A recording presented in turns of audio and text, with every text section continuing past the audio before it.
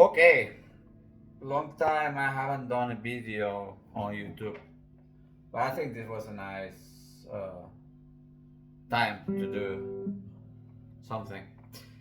And this is a review of my re-review actually of my Fender VINTERA Road Worn that I bought in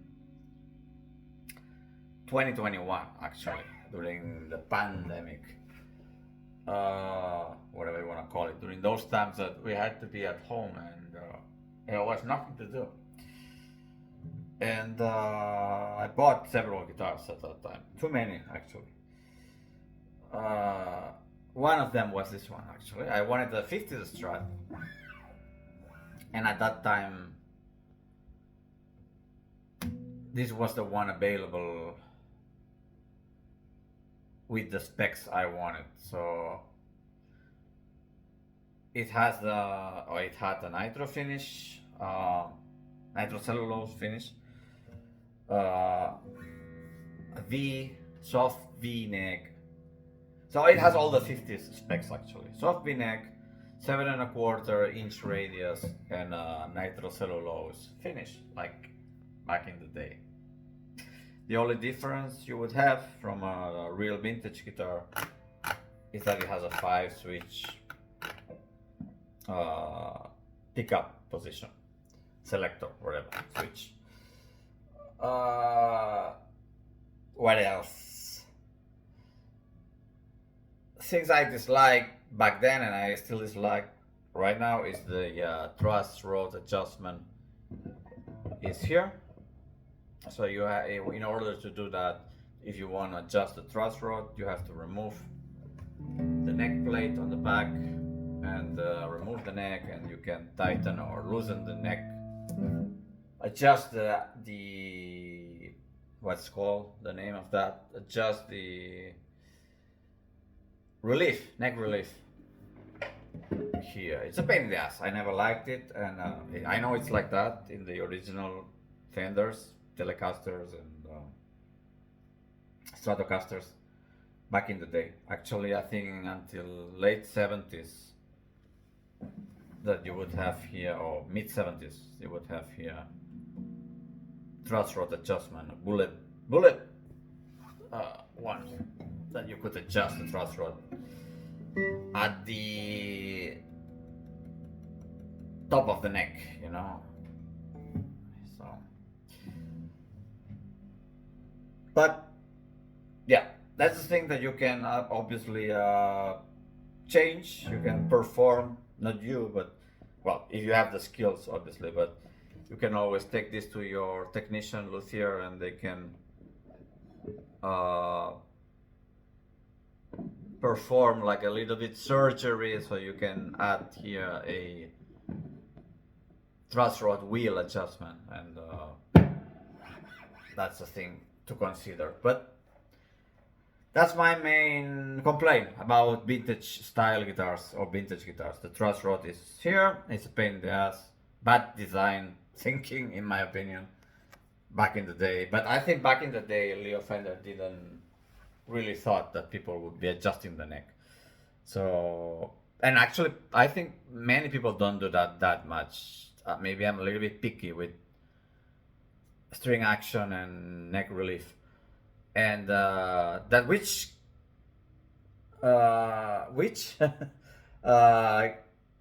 it's a thing that I am gonna talk right now about neck relief and action and things like that. Back in the day, I think people didn't care that much about that, and they really play. Back in the day, I mean 50s and 60s, people would play with really high action, and that was considered normal. If you are used to really low action, but there's two things you can do. Don't buy a vintage style guitar with this kind of radius, so you can buy something more modern. I think 9.5 is the standard for Fenders, but then you have things like 12, 14, whatever, or other kinds of guitars. And but the flatter the radius, the easier is to maybe to play.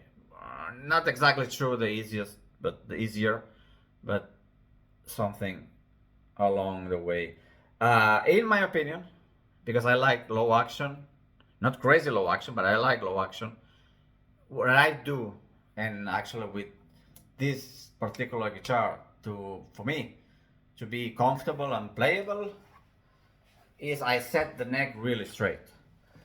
And many people would say that it's too straight, but that's the way I do it. And then I can get the low action I want with this radius, and I can bend here without fretting out.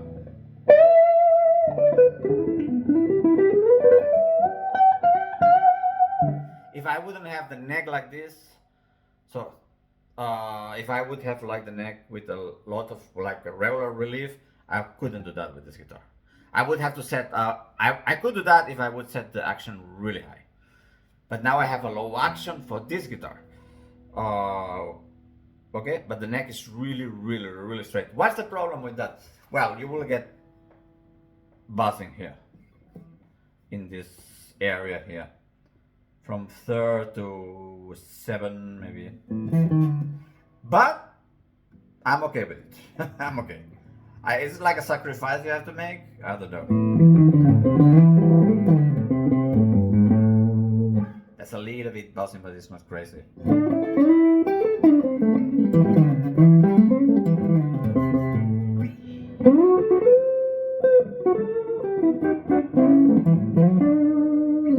But when you play with a little bit overdrive, like I'm using now the Fender Blues Junior with the let me see, with the volume really high and the master volume. I mean, I put the volume high so I have this distortion overdrive, and I control the volume with the second volume, so to speak. It's fine. You would not hear the buzzing. The buzzing is present obviously when you play very, very clean. It's just really there. There's nothing you can do.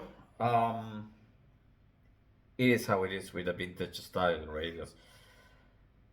Second, this, I don't know what pickups this has. I don't know if it has the same pickups as the VINTERA regular series. This is the VINTERA Road Worn, which came with Road Worn. It's like a custom shop Mexican style. So you can see the back of the neck is almost, there is no lacquer. And there is also wear on the neck that is also my wear. That there is a mix of my wear and the wear that came from the factory. I don't like nitrocellulose usually, except if it is worn out. When it's brand new nitrocellulose, I just dislike it. I have what is that guitar? 50s original American Strato, and it's just sticky, and nitrocellulose is not for me, at least. But with this guitar it's fine. It's just really nice, the feeling. Again, I don't know what I was saying. I'm losing my... This is a lot of talking and not playing. So playing, you can watch many videos, people playing on YouTube.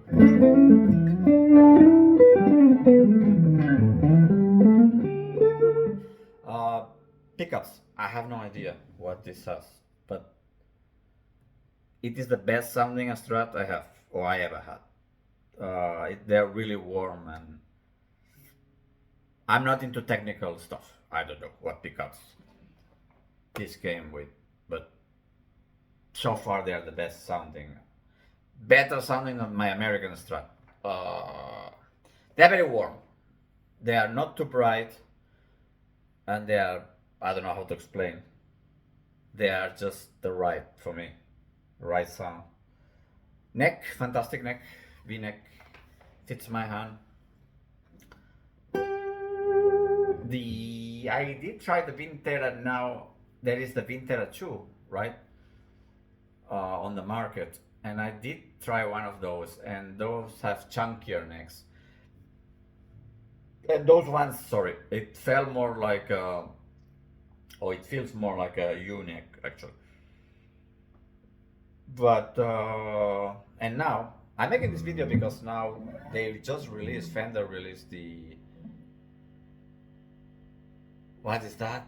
road worn, VINTERA 2 road worn, and they are so expensive, man. They are like 1,500 euros, 1,600 euros in Europe. In America, I don't know, in the US, but they're super expensive. This was 1,200 when I bought it in 2021. It has the, you can see that it has the logo here, the 75th anniversary, and it's a fantastic guitar. So to wrap up this video, things I would do, and I will do if I'm not selling it. Now it's currently for sale, but I might not sell it either though. If they pay the price I want, I would sell it. If nobody pays the price I want, I will keep it. That's fine for me. Change the nut. The Mexican nuts are usually really bad. This plastic nut, I would replace this for a bone nut.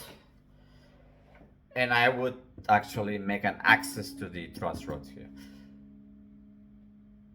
I live in a very cold country and very dry in winter, and I have to adjust the neck at least twice a year. So it's a pain in the ass when you have to remove the neck.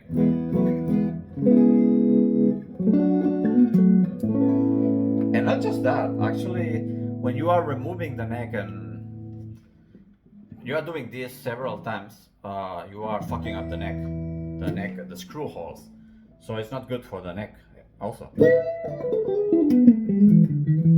I wish Fender would change that and would do everything, all their guitars, no matter if they are 50s or modern, or they would do all the neck adjustment here. And which brings me to the next thing I want to show you. I wasn't planning that, but this is how you do it. This is how you should do it. This is the best guitar ever.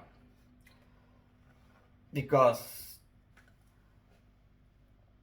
I never had to do anything, to touch anything, or to take it to the technician, to the luthier, to repairs or anything. The only thing I had to do is adjust the action and adjust the neck relief, but that's normal, that's personal, and it's like something you do, your own. And if you don't know how to do it, you take it to someone to do it. This is a 50s telly, and it's a Japanese one. It has a bone nut, and it has the neck adjustment, the truss rod adjustment at the headstock, like it should be. It's a 50s style because it has a V-neck, and actually it's a thicker neck than my VINTERA road worn. It has a, it's fantastic. This is, I don't know how to describe. The color is stunning. I think it's beautiful. It plays beautiful. I can get super low action without any fretting out or anything. The frets are perfect. No fret sprout. Nothing. It doesn't matter. You can take it out. Minus 20 degrees. There is no fret edges sharp. So that's the difference between Mexican and American. Also USA and Japan. You buy a Japanese guitar, it is perfect. You will buy a Mexican or American made in Corona, California, and you will have to do things. The nut is not well cut, the frets are not well finished, so on, so on. My 50s, I don't have it here. My 50s Strat, 50s original Strat made in Corona, California, is now in Japan. The nitrocellulose was not well dried. It's sticky. And the nut was not well cut. My luthier in Japan had to change the nut. It's a guitar, think about it, the 50s original, it cost me 2,200 euros. I bought it like 3 years ago, 4 years ago. $2,000, 2,000 euro guitar should not have issues. It has. Okay, this costs half of it, and it's just perfect. So live and learn. Would I buy nowadays a Mexican or an American Fender? No, never again. Never again. I would go for Japanese. A Japanese now that is, I don't know. There's every year Japan is releasing some limited stuff. I think they have now the Hybrid 2 series in Japan, but they are fantastic guitars, and they are even the same price as Mexican or cheaper even than Mexican. They have you cannot compare the craftsmanship. And by the way, in America, even if you buy an American made in the U.S., the guys working at the U.S. factory are also Mexican guys, so probably illegal guys working there for a penny. Don't buy. I wouldn't recommend. It doesn't mean I don't mean they are bad guitars. I mean Mexican guitars and American guitars, they sound great. They have great pickups. They have great electronics. It is the quality control is bad. So you will have to spend extra whatever, $100, $200 more fixing your guitars. All my Mexican guitars had fret sprout. All of them. All of them. All Mexican Fenders has crappy nuts. All of them. Okay? So there you go. And another thing, don't ever buy Indonesian Fender or Indonesian Squires or anything like that. They are really bad. So my advice, just the way to go is the Japanese Fender, or there is no Japanese Fender factory in Japan. Actually, the people who manufacture these guitars are the same people who manufacture Fujigen and Tokai and other brands.